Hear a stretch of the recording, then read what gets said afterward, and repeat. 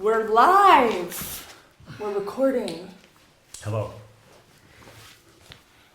I could have been more prepared. I could have already had this in my hand. You're doing great. Welcome to the channel. It is May 23rd, and today we are going to discuss Show Me How to Live. Show me the money. Okay.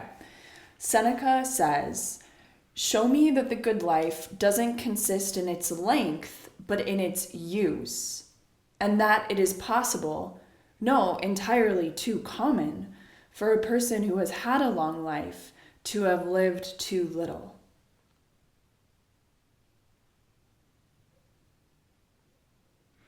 It kind of reminds me of what we did the other day with the quantity over quality. Quality over quantity. That way, thank you. That this is similar, kind of like live the life in more of a quality versus like a long life, but not a lot of quality. Just quantity creates the length. Let's say, right? But like someone might live, like Jimi Hendrix, let's say, right? Like these people like might die very young, but what they've like created from themselves is like supreme quality, right? In short amount of time. So yeah. And we don't know how long it's gonna be, right? Therefore, we should always focus on the quality. Not because the quantity is not really up to us. I mean, it's a little bit up to us, but it's also, there's a variability of just being, Variability of just being ... What was the last thought there? Just to the same thing. Like, Okay. Yeah. Okay. Got it. I wasn't sure what the dot... No, I'm just really... No worries. Yeah. Okay. Yeah. Sounds good. I'm ready to actually just plow forward. Let's listen to what Brian says. He says, "There's no need to show Seneca. Show yourself. That no matter how many years you're ultimately given, your life can be clearly and earnestly said to have been a long and full one. We all know someone like that. Someone we lost too early, but even now think, if I could do half of what they did, I'll consider my life well lived. The best way to get there is by focusing on what is here right now, on the task you have at hand, big or small. As he says, by pouring ourselves fully and intentionally into the present, it gentles the passing of time's precipitous flight." Yeah.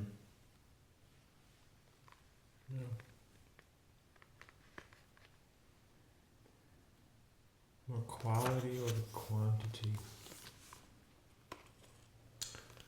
That's interesting, yeah, because like then how do you do that to yourself? Like how, like, okay, like living in the present moment, it's becoming a cliche, right? Like, well, okay, yes, we are here right now in this present moment, but what to do in this present moment, right? It's the so like how to achieve quality versus quantity. And something with that discipline is again coming up, that if those goals are somewhat set for a near future, and then the discipline is there to work on those goals every day, then when the present moment arises, we can say, we don't know what to do, but look at my discipline. This is what I'm going to do because of that plan. And now that equals to quality, perhaps, in some way. Versus if you don't have a plan, or I don't have a plan, I'm just saying. But if I don't have a plan, then not knowing what to do next essentially chews up all that time. Yeah. And now that time is no longer quality time. It's okay, but it's no longer like a quality time. It's that quantitative time mostly. Like you just didn't get anything that you wanted it out of it. or something. Yeah, because like there was a moment I had earlier this week where I realized that the deep work blocks I had on my calendar were not they weren't specific enough to be helpful to me. They were helpful to me in like at least guarding the time or like protecting the time to do something. Mm-hmm. But then because it just said deep work in my calendar, I got to the moment and I was like, oh, okay, well now I need to figure out what this deep work Mm-hmm. is. And so I would have to go pick up my crumbs from the last time I did something and then figure out, well, what's my priority and like how would I figure out what my priority is. By the time I even get around to deciding what the thing is, I'm 30 minutes into a 90-minute session. And so I'm just eating up that time, just twiddling my thumbs. And then the longer I wait, the more I'm like avoiding the starting of it. Like the longer I'm like, yeah, but I could just do something else right now. Like I could just go do the laundry or like, you know, whatever the other thing would be. And so something gets filled up that is still quality, like laundry, like it has to get done. It's a quality thing, right? But it's maybe not the quality that you wanted it to fill that time with. And now it feels right, because if I got the other quality in there, I would have figured out still how to do the laundry. Just I would snuggle it into a different part of the day. So the laundry would have got done anyway. One way or the other. And when I went to bed that night, I would feel like more accomplished about what I was able to achieve in that 90-minute session. So yeah, discipline definitely seems to play a part in it.